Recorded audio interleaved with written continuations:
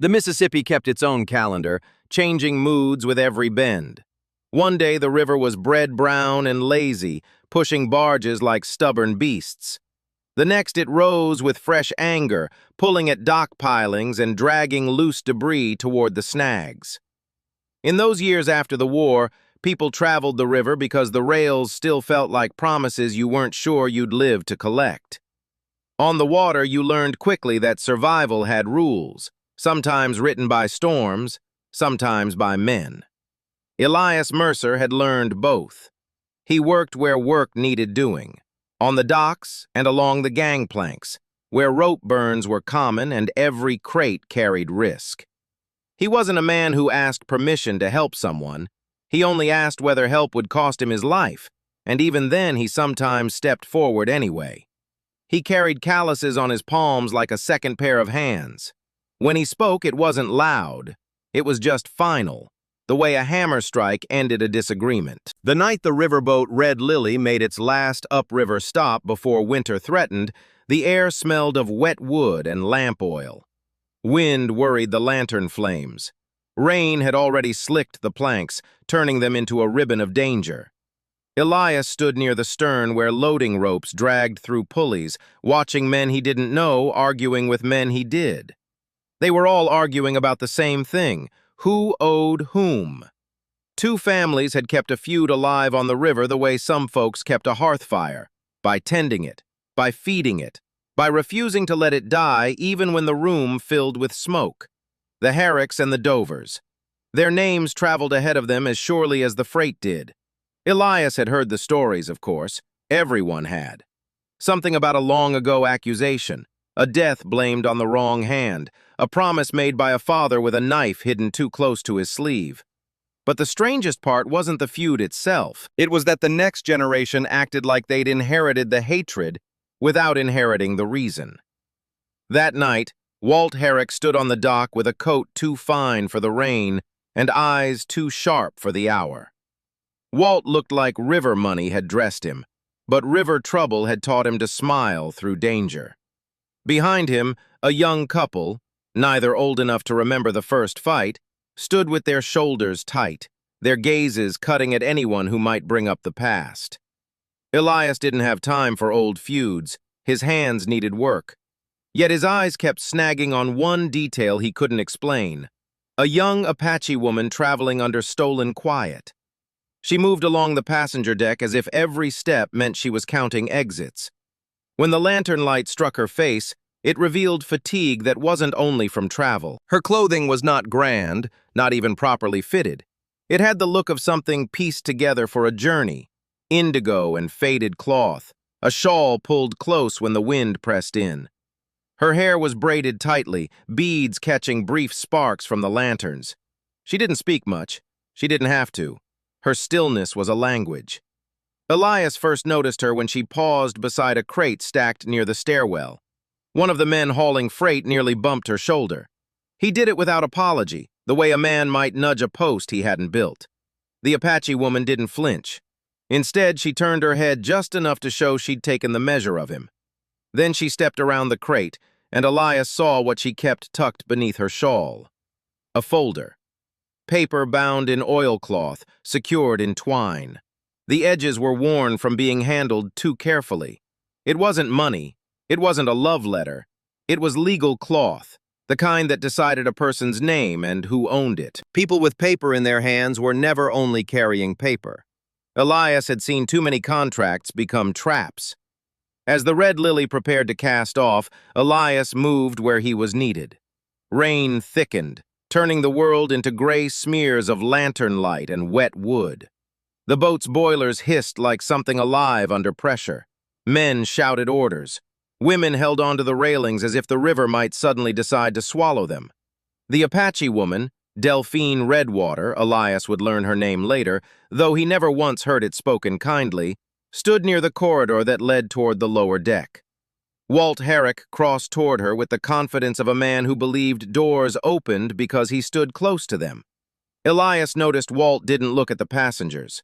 He looked for something specific, a person-specific shape. Delphine's eyes flicked toward Walt, and the flick held fear, Not panicked fear, but the careful kind. The kind you practiced when you'd grown up learning which dangers were loud and which ones waited. Walt stopped short of her, close enough to speak, not close enough to be caught on the wrong side of the law. "Where'd you get that paper?" Walt asked. Delphine didn't answer.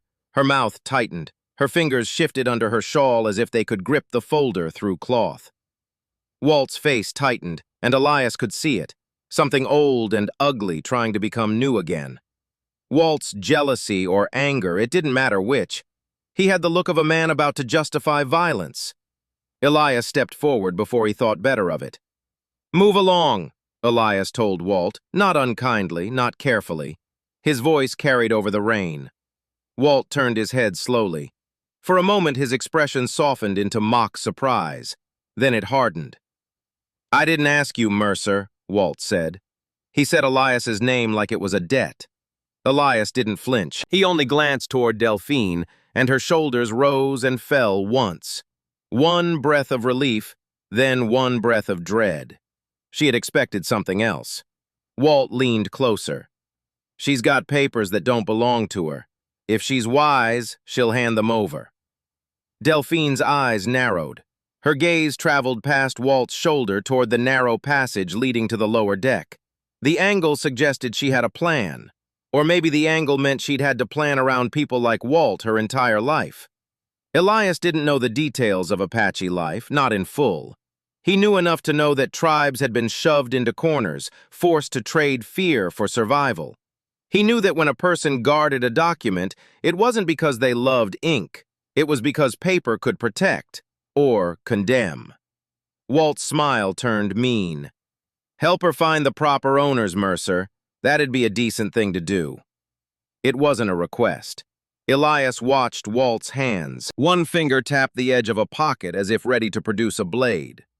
Elias felt the familiar anger rise, the kind that came from watching someone make cruelty sound like morality. "Wrong deck," Elias said. Walt's eyes glittered. "Or wrong man." Before anyone else could decide which side of the moment to take, Delphine moved. She didn't run. She didn't beg. She slipped one foot back, then another, like she'd learned how to move through brush without snapping a twig. Her shawl shifted, and the folder pressed against her chest. Walt reached. Elias stepped between them. Rain poured down Elias's coat and turned his stance into something heavier than cloth. He grabbed Walt's wrist. The bone under Walt's skin was harder than Elias expected. Someone who lifted weight when it suited him. Someone who still believed his strength was a shield. Walt jerked. Elias held. In the sudden struggle, the crowd around them shifted. People always pretended not to watch violence until it touched them. A porter with a tray of cups hurried past, his eyes averted.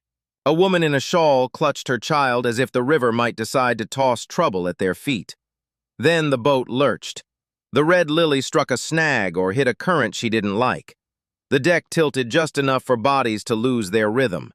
Walt's footing slipped. Elias didn't let go, but the slip yanked Delphine's shoulder awkwardly. Her shawl pulled open, and the folder slid out halfway. Walt's free hand slammed toward it. Delphine's eyes widened, not in surprise, but in calculation. She reacted like someone who'd been trained to protect what couldn't be replaced. She shoved the folder down the corridor with a swift movement. Paper slid into shadow. Then she turned toward Walt anyway. Not to win, to stall. Delphine took a step, placed her palm against Walt's coat front, and shoved with all the strength she had. Walt stumbled backward into Elias, and Elias, still holding Walt's wrist, lost his stance. The three bodies went down together in a tangle of wet cloth and boots on slick boards. Someone screamed. The riverboat's bell rang with a sharpness that didn't match the storm's chaos. Delphine hit the deck hard. Her head struck first, and for a moment the lantern light caught her face wrong, as if she'd been painted there by the sea. Elias's breath stopped. He pushed Walt off and scrambled toward her. Delphine lay curled on her side, one arm under her chest. When Elias rolled her just enough to see her face, he found blood at the edge of her hair. Her eyes were half open, unfocused. The folder was nowhere in her hands now. Either Walt had claimed it, or someone had dragged it away. Walt stood up too quickly. His face was pale under the rain. "She's faking," he spat, but his voice betrayed him. Elias rose like a man summoned by rage. "You hit her!" Walt's chin lifted. "I held her." Elias didn't give him the mercy of listening to excuses. "Where's the folder?" Elias demanded. Walt blinked as if Elias had asked a question about weather. Then Walt's eyes flicked toward the stairwell, toward the lower deck. Elias understood with cold clarity. Walt hadn't merely wanted paper. He wanted to control what paper could do. If Delphine's documents proved lineage or claims, if they proved her family had a right to land, to a legal status, then Walt's feud had a new weapon. Elias grabbed Delphine carefully and tried to lift her. Delphine didn't fully respond. Her body was heavy in the wrong way, as if the impact had taken more than breath. Her lips moved, forming words without sound, and Elias leaned closer. He caught only fragments. "River, not safe." Her eyes rolled toward the corridor, toward the shadow where her folder had slid. Elias rose, adjusting Delphine's weight in his arms, and shouted to a man nearby for help. No one answered quickly. Panic made people selfish. Walt Herrick moved as if to stop him. Two other men followed Walt's gaze, then hesitated, because Elias's stance wasn't asking. The feud didn't matter if the boat's owners cared about scandal, yet Walt did not look afraid of scandal. He looked like he expected the river to forgive him. Elias pushed through the crowd. He carried Delphine toward the lower deck where the air smelled of wet rope and coal smoke. The storm made the stairs slippery, and each step threatened to shift her weight into something unfixable. Delphine's fingers found Elias's sleeve and gripped weakly. Her palm was cold. At the bottom, Elias found a small storage room, partly used for bundled supplies. He laid Delphine down on a plank bench and searched the floor with his eyes. The corridor above was too chaotic. He couldn't reach the shadow before someone else claimed it. Then he saw it. The oilcloth bundle half-tucked behind a crate. Paper could burn. Paper could be drowned. Paper could be stolen. Elias grabbed the bundle, untied it with numb fingers, and found a stack of documents wrapped in faded cloth and sealed with an old stamp. Tribal records, naming papers, a chain of custody. Elias read nothing fully in that moment, not with adrenaline clouding his sight, but he saw a signature and a place name he recognized from talk along the river. A piece of land far upriver that both families had wanted. Walt's people wanted it too. Elias didn't know Delphine's full history, but he understood the danger now. Walt believed he could drag the feud into the law's language. He believed that if he owned the paper, he owned the future. Delphine stirred. Her eyes focused on Elias's face for the first time. "You shouldn't have come," she whispered. Her voice was thin, like wind passing through a crack in a wall. Elias held the papers close to his chest, then reached for Delphine's shawl. "You're bleeding. Keep your eyes on me." Delphine's mouth twitched as if she wanted to laugh but couldn't afford to. "You don't know the story." Elias looked at her. "I know enough that you're hurt, and a man like Walt doesn't get to pretend it's kindness." Delphine's gaze drifted toward the doorway. Footsteps sounded above, shifting in the rain. Somewhere a man shouted for a doctor. Somewhere another man decided the commotion wasn't worth the trouble. Elias realized with a sinking weight that he wasn't only rescuing Delphine's body. He was hiding her from the laws and the town's convenience. If Walt claimed he'd been responsible, the riverboat might throw Delphine off at the next stop like a sack of damaged goods. Elias rolled Delphine's shoulder to check the wound. There was bruising, a deep soreness at the base of her skull. He pressed gently. She flinched. "I can't stay here," Delphine said. Her breaths came in short bursts. "They'll find me." Elias shook his head, though she couldn't see the direction of his denial. "You're staying until you can stand. Then we'll get you off this boat." Delphine's eyes sharpened. "Mercer," Elias waited. "You're not safe. If Walt finds you, he'll say you stole." Elias almost smiled. "I've been called thief enough times by men who never lifted a rope. Let him try." But he didn't say what he felt, that Walt's threat could be more than accusation. On the river, words could become ropes around throats. Above them, voices grew louder. Walt's voice cut through in sharp, confident slices. "Where is she?" Walt demanded. Elias held still, listening. A smaller voice replied, "Lower deck. She was—" Walt's boots scraped nearer. The storage room door creaked faintly. Elias's heart hammered. Delphine reached for Elias's wrist. Her fingers were trembling, but her grip steadied him anyway. "Hide the papers," she breathed. "Not just for me." Elias pulled back the oilcloth bundle and wedged it under a loose board. The wood gave with a soft crack, as if the room itself wanted to swallow evidence. Then he shifted his body to block the door as best he could. The door swung open. Walt Herrick stood there with rain dripping from his hair. He looked angrier than Elias remembered him being at the start of their exchange. He looked like a man who couldn't accept that his violence had failed to produce the ending he wanted. Walt's eyes went straight to Delphine on the bench. Then they went to Elias. "You touched her," Walt said. Elias's jaw tightened. "I carried her. She's alive." Walt's smile was thin. "Alive doesn't mean safe." Elias stepped forward a fraction, enough to show he wasn't cowed. "If you lay hands on her again, you won't be alive much longer either." Walt stared at him. He looked for a moment like he might call for help, but the room was small. There weren't witnesses close enough to understand. On a riverboat, witnesses could be persuaded to forget. Walt's eyes slid toward the bench where Delphine rested, and Elias saw what Walt was searching for. Not only her, but the bundle of paper. Delphine must have sensed his search. Her gaze met Walt's with quiet steadiness. Not submission. Control. "You didn't get it," Delphine said, voice rasping. Walt's face twitched. "What did you do with it?" Delphine's lips moved again, and this time the words formed more clearly. "It's under the wood." Elias went cold. Delphine had just betrayed the hiding place. Walt's smile returned. He reached for the loose board and Elias lunged to stop him.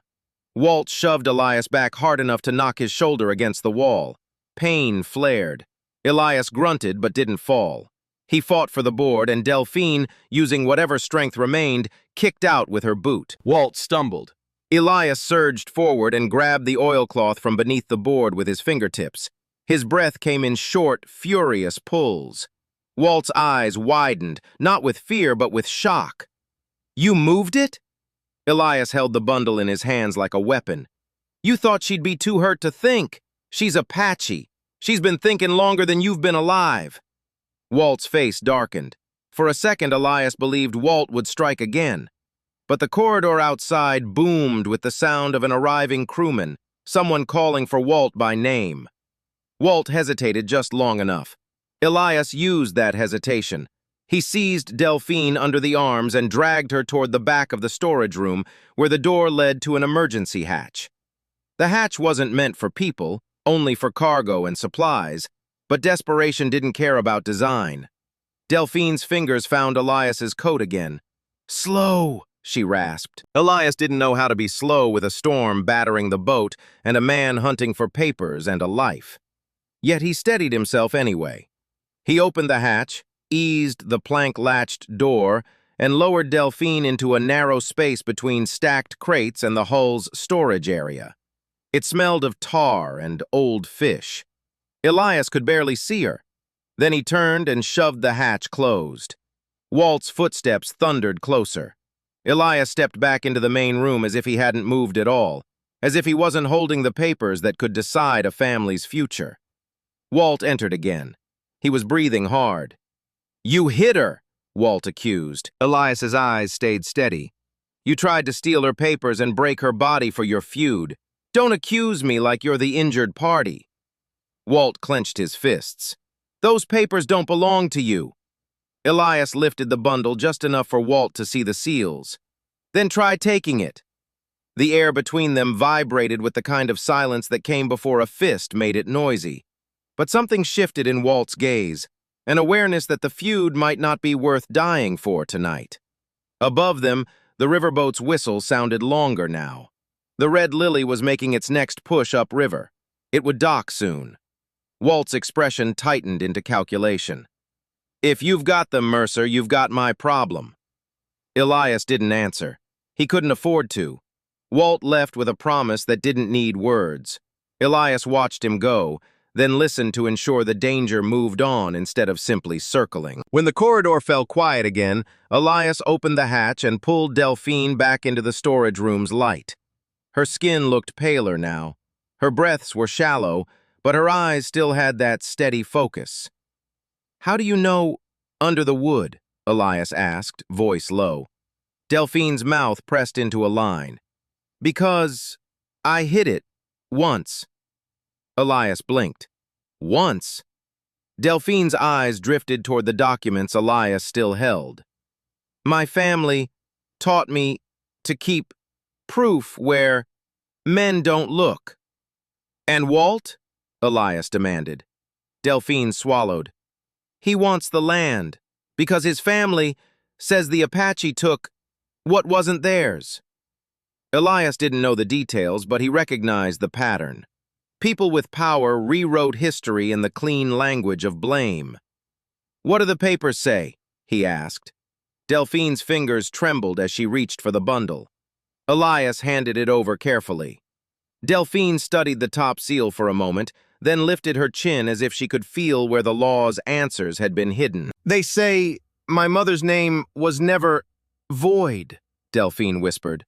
"They say my people were promised protection, then denied." Elias stared. "So the papers don't make you wealthy, they make you—" "A claim," Delphine finished. Her eyes met his. "A danger." Elias realized then that Delphine's vulnerability wasn't only physical, it was paper thin. Without papers, she was a trespasser in someone else's story. With papers, she was proof that others' stories were built on theft. As dawn approached, the Red Lily slowed at a riverside town whose buildings clung to the bank like barnacles. The dock stank of mud and smoke. The streets were a mess of hoofprints and wagon ruts. Elias wrapped Delphine's shawl around her and escorted her, careful to keep her from drawing attention. He didn't have the luxury of thinking about what people would say. People always said things. He focused only on getting Delphine off the boat. On the dock, a pair of men in aprons and caps eyed them. One of them recognized Elias. "Mercer," he muttered, as if greeting a familiar kind of trouble. Elias nodded. "Stand aside." The man didn't. He hesitated, uncertain. Then Delphine shifted, and the movement caused her to wince. Her weakness made her look like an ordinary injured woman rather than a threat. Elias felt something inside him harden further. Not sympathy alone, but fury at the ease with which cruelty could be excused when it wore the face of practicality. "Who is she?" the man asked. Elias looked at Delphine, and Delphine's eyes asked him a question without words. Elias decided in that moment. "She's my responsibility," he said. The man snorted. "Herrick's men are asking." Elias's gaze went sharp. "Then tell them she's gone." The man hesitated again, then stepped back.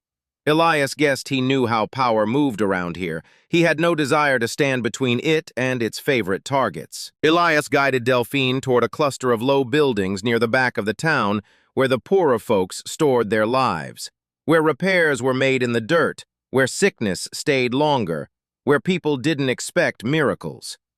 A small widow named May, Elias would later learn the woman's name, ran a boarding room in a building that smelled of lye soap and coffee grounds. May's hands were quick, her eyes wary. She looked at Delphine, then looked at Elias as if deciding what kind of trouble she could afford. Elias didn't lie much. He didn't need to. "She was hurt on the river. Keep it quiet." May's mouth tightened. "Quiet costs." Elias pulled a coin from his pocket. It wasn't a fortune, but it was more than a gesture. May accepted it without smiling. "Bed," May ordered. and Elias helped Delphine step toward it, each step a negotiation with pain. Delphine lay down and stared at the ceiling, while Elias set a basin of water near her. The room's windows rattled as wind shoved through gaps in the frame. Elias started to speak, but Delphine raised a hand. "Don't talk too loud," she whispered. Elias lowered his voice. "Why? Walt's people—" Delphine's eyes flicked toward the window. "Because the feud's new. The old men won't always fight. Sometimes they send sons." Elias exhaled slowly. "Then we keep moving." Delphine shook her head. It was a small motion, but it carried weight. "If I go tonight without papers, I'm nothing. If I stay long enough, I can make a claim." Elias frowned. "A claim to what? The land?" Delphine's gaze softened, and in it Elias saw more than fear. She looked like a person who had once believed the world could be fair, then learned how to keep believing anyway. "My family wasn't wiped out," Delphine said. "They were scattered. The papers prove they should have been protected. The town took the promise and broke it." Elias's throat tightened. "And Walt?" Delphine's lips pressed together. "Walt wants revenge for a death he didn't cause, but he also wants something else." Elias waited. Delphine's eyes narrowed. "He wants the land because, in the next generation, it changes how men vote, how men hire, how men decide who counts." Elias sat beside her bed, careful not to crowd her. Outside, a storm cell rolled in and thunder sounded far off, like the river's distant echo. He realized their danger wasn't only one feud. It was the way people used feuds as cover. Walt Herrick arrived late that day. He didn't kick down doors. He didn't shout. He walked into May's boarding room like the building had been built for him. May stood behind her counter, expression guarded. Elias rose before Walt could reach the bed. Walt's eyes landed on Delphine. His smile was polite enough to be dangerous. "She's alive," Walt said. Elias tightened his grip on the back of a chair. "So am I. You want to finish something? Bring a doctor next time instead of threats." Walt's gaze slid to Elias's hands and then to his face. "I'm not here for a fight." Elias didn't believe him.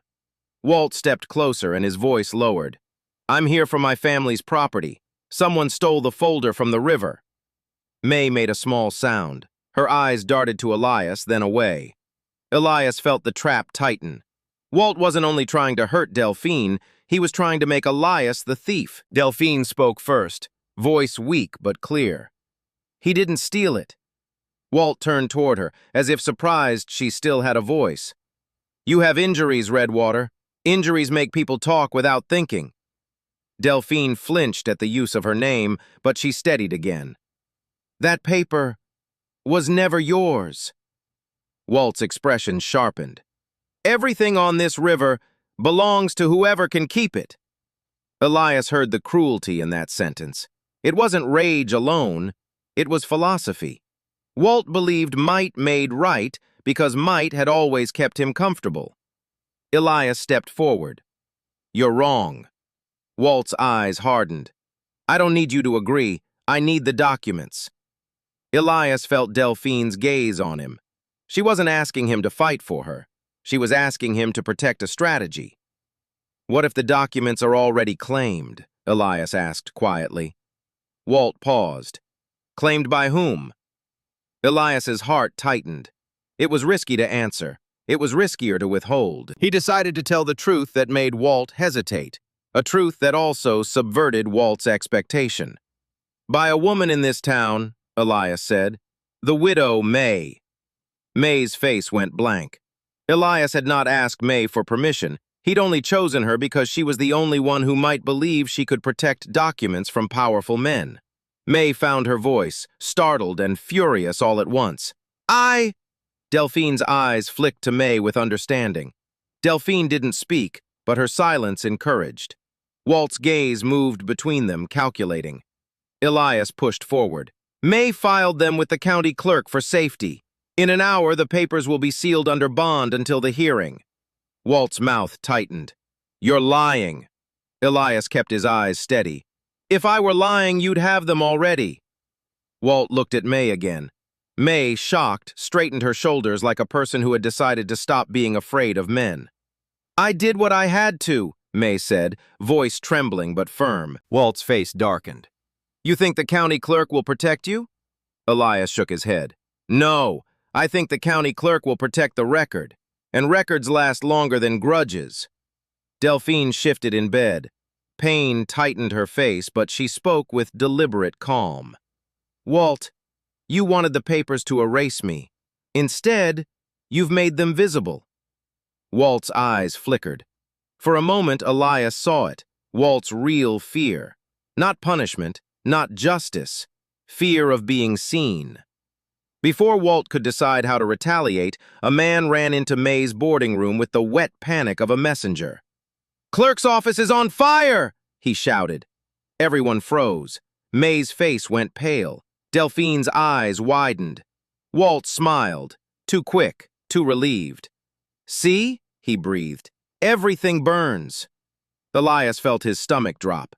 Then Delphine, weak but resolute, lifted her chin. Not everything, she said. Elias stared. What do you mean? Delphine's voice came soft and certain. You think the county clerk's records are only on paper inside one building? Walt's smile faltered. Delphine swallowed. My father was a printer once. He taught my mother to copy seals. A ledger kept where fire can't reach. Elias understood in a flash that subverted the entire premise of the threat. Walt hadn't merely tried to steal documents, he'd been trying to steal Delphine's ability to make her claim. Delphine had planned for fire, for theft, for storms. While Elias fought in the storage room on the Red Lily, Delphine had already protected the most important part, redundancy. Walt's eyes narrowed and his voice turned colder. So you brought them to the river as a weapon? Delphine's expression hardened. I brought them because I thought you'd keep hiding behind feuds. I thought you'd keep trying to erase me with your hands.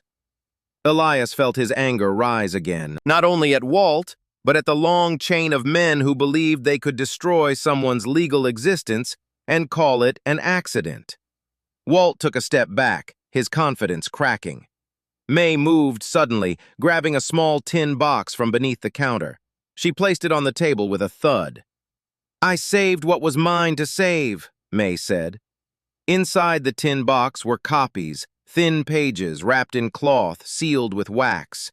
Not the originals, but evidence enough. Walt stared at the tin box as if it had sprouted from the floor. For the first time, Walt looked less like a predator and more like a man who'd planned his prey's death and discovered he couldn't find a clean ending. He licked his lips. You're going to use this, he said. Delphine's eyes held steady. I'm going to use it because my family is still alive and because the next generation doesn't have to be cruel. Elias realized then why Delphine had cared so much about who might hear them. This wasn't only about land, it was about stopping the feud from turning into a birthright. External conflict sharpened anyway. Walt wasn't finished. He stepped toward Elias and reached for his coat pocket, as if expecting to find the original papers. Elias pulled away, then shoved Walt's hand aside. You don't get to touch him, Delphine said. Walt's eyes flashed. You think you can command men like... Elias cut him off, voice low and dangerous. This isn't a command. This is a boundary. Walt froze at the word. Boundary. It didn't sound like a threat. It sounded like something permanent. The boarding room door burst open then, and 2 county deputies stepped inside, coats damp, hats in hand. One carried a ledger. The other carried a suspicion. They looked at Walt first, then at Elias, then at Delphine. Walt Herrick, one deputy said, as if naming him summoned the right kind of trouble. We heard there was a dispute on the river. Walt's mouth opened. Delphine spoke first, voice surprisingly steady. You heard right. But the dispute isn't mine alone. The deputy glanced at her injuries and softened a fraction. Ma'am, if you can stand, you should. We can't sort this without statements. Elias rose slightly, ready to help Delphine move. Delphine's gaze met his briefly, and in it he felt her gratitude and her warning. Do not make this about saving her alone. Make it about saving a truth. They moved Delphine with care. She couldn't walk far without wincing, but she refused to be carried like a sack. Her pride was not the kind that needed permission. The county hearing took place in a back room of the clerk's surviving annex, because the fire, it turned out, had consumed only one storage wing. People had time to panic, but not enough time to erase everything. Walt arrived with his sons in tow, young men with faces still soft enough to look like they could have been anyone. Their eyes held guilt or anger. Elias couldn't tell which. Or maybe it was both, the way storms carried two kinds of rain. Walt wanted the hearing to be the old kind of violent, a man versus a woman, a man versus another man, with no witnesses beyond fists. But Delphine had come prepared. She spoke of her mother and father, of the promise once made to her people, of the documents lost, copied, hidden. She spoke the names with a reverence that made the room quiet. Walt snapped back with accusations that Delphine's papers were false, that she was passing through, that she had stolen to survive.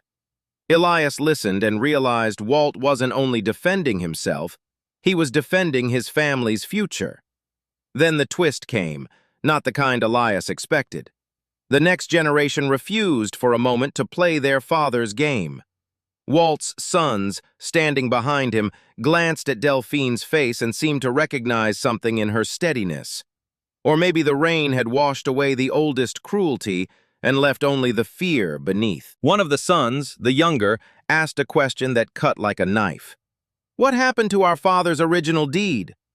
Walt's expression hardened at the audacity. Elias understood the question immediately. Walt and the Dovers were supposed to be different sides of a past death. But land didn't appear because of grudges. Land came from deeds, and deeds had to come from records. Delphine answered with calm certainty. It was filed, then it was altered, then it was used as a weapon. The deputy turned pages. The older deputy, gray-haired, tired, not cruel, asked, Do you have proof of alterations? Delphine opened May's tin box herself, requesting the copies be examined. The wax seals matched. The dates did not. And then, when the deputy compared the copies to the original entries stored in another ledger, safe because Delphine's printer father had made duplicates, a truth surfaced that subverted the entire feud. The deed Walt's family claimed as rightful wasn't stolen from Delphine's people by Apache hands. It was stolen from the county by the clerk's own brother years earlier, and later corrected by a man who had married into Walt's family. The feud's reason died in the dust. Walt stood very still. For a moment, Elias thought Walt might explode. He might shout and accuse everyone of conspiracy until the room turned into chaos. Instead, Walt's sons looked at Walt, really looked. Their faces tightened into something like grief. Father, the younger one said, voice breaking, we weren't taught the truth. Walt's mouth opened and closed. He tried to summon anger back like a weapon, but his anger couldn't become the truth. Delphine's eyes stayed on Walt as if she could see every choice that had led to this moment. You wanted to erase me, Delphine said softly, but I survived long enough to bring the record back. The deputy declared a temporary ownership acknowledgement. Delphine's claim would be heard fully, and Walt's family would be required to provide original ledger references. The land could not be seized in the middle of an unresolved record. It wasn't a full victory yet. It wasn't a clean justice ending. It was something harder. It was the end of an inherited lie. Afterward, as the room emptied and people returned to gossip and survival, Elias helped Delphine sit on a bench outside while storm clouds rolled away. The sky cleared, and sunlight hit the river like a blade. Delphine looked smaller in the open air. Not weak, just human. Elias sat beside her without trying to touch her at first. He waited for her to decide what distance meant. "You knew," he said quietly. "All of this. The duplicates. The ledger." Delphine nodded. "I knew. Men like Walt don't stop because you're bleeding. They stop when the story they're using breaks." Elias swallowed. "So you set a trap?" Delphine's lips curved, faint. "I set a promise." Elias looked out toward the riverboats tied up at the dock. Freight wagons, smoke, people moving forward even when they should have stopped. "What do you want now?" he asked. Delphine turned her head toward him. Her eyes held a question of their own. "Do you want the answer that makes you feel safe, or the answer that makes you brave?" "I want my family's land. Returned," she said. "Not taken, returned. And I want—" She paused, and Elias noticed her hands shaking slightly when she searched for the rest of the sentence. "I want the next generation to learn that love and justice don't come from the same fire." Elias felt his chest tighten. He had helped Delphine because she was in danger, because Walt was cruel, because his own life had shown him that choosing the easy wrong was still choosing. But there was more now. Not only gratitude. He realized the quiet truth. He was beginning to care for her as more than a responsibility. Elias let out a slow breath. "I don't know what the future holds." Delphine's gaze softened. "Neither do I." He hesitated, then said, "But I know what I'll do if you're in trouble again." Delphine stared at him as if she could hear the meaning behind the words. "You'll stay?" she asked. Elias almost laughed at the plainness of it. "Staying is harder than riding," he said. "Riding is what men do when they want to pretend they've chosen. Staying is what men do when they admit they're afraid." Delphine's eyes shone, and for a moment Elias thought she might cry. She didn't. She simply leaned a little closer and her shoulder touched his sleeve. In that contact, there was the gentlest kind of rescue. "You're not like the others," she whispered. Elias looked down at her, at the bruise at her temple hidden under hair. "Neither are you."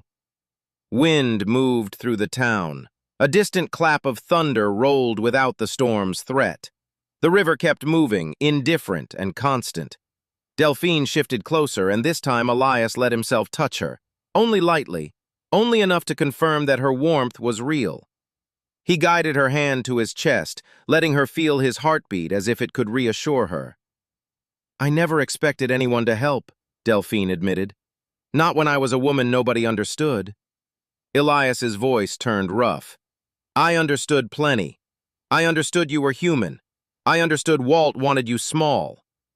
Delphine's fingers tightened on his shirt. "And I understood," Elias continued, "that if I let him win tonight, I'd spend the rest of my life pretending I didn't know." Delphine drew a slow breath. "Then don't pretend now." Elias met her eyes. He didn't offer a grand speech. Frontier love didn't need poetry to be true. It needed honesty. "I want to help you," he said, "not as a favor, as a choice." Delphine's mouth trembled, the closest she came to a smile. "Then choose," she said. "If you're brave enough, ask me to stay." Elias felt the world narrow to that one moment of permission. He stared at her and saw the riverboat storm in her bruises. He saw Walt's lies collapsing under the weight of records. He saw May's courage, unexpected. He saw the son's questions that had ended a legacy of violence. He thought of the dust in his own life, the ropes, the nights he'd stood watch because something might be burning when morning came. He thought of what it would mean to become more than a man who intervened, to become a man who belonged. "I'll stay," he said, "and I'll build a life that doesn't depend on feuds." Delphine's eyes closed briefly, like relief or prayer. Then she leaned her forehead against his shoulder, small, careful, but unmistakably intimate. The kiss that followed wasn't the kind people wrote in novels. It was brief, cautious, as if both of them were learning how to touch without expecting violence. When Delphine pulled back, her gaze was steady. "You'll have to learn my people's way," she said. Elias nodded. "I'll learn it by listening." Delphine's fingers traced the seam of his coat. "And you'll have to learn something else." Elias waited. Delphine opened her eyes and her voice turned gentle and firm. That I'm not a thing to save. I'm a person to love. Elias swallowed and gave his answer without hesitation. Then I'll love you as a person. The sun broke fully through the clouds. They didn't become safe overnight. Frontier life remained hard. Deeds and hearings could drag. Walt's anger could still fester. Winter could still bite. But the romance didn't ride on fantasy. It rode on choice. In the days that followed, Delphine rested enough to travel again. May arranged a wagon and a discreet escort. Elias returned to the docks, but not as a man hiding behind work. He returned as someone with purpose. He guarded the tin box's copies and helped Delphine schedule the next hearing. Walt's sons visited once, not to demand or threaten, but to ask what it would mean to stop continuing the feud. Elias didn't soften them into easy redemption. He demanded honesty. Delphine required accountability. They all learned slowly. When Elias and Delphine finally walked together toward the riverbank, the wind caught the edge of Delphine's shawl and lifted it like a banner. She didn't look like someone being carried anymore. She looked like someone returning to herself. Elias held her hand, thumb brushing her knuckles with a tenderness that felt earned. They watched the riverboats drift by, steamboats and barges moving as they always had, carrying people who believed tomorrow belonged to them. Delphine squeezed Elias's hand once, and he squeezed back. Not because the world was suddenly kind, because they had finally decided to stop letting cruelty write their ending. And on that frontier, with dust still in the air and danger still possible, love became the most surprising kind of victory, one that didn't require anyone else to lose.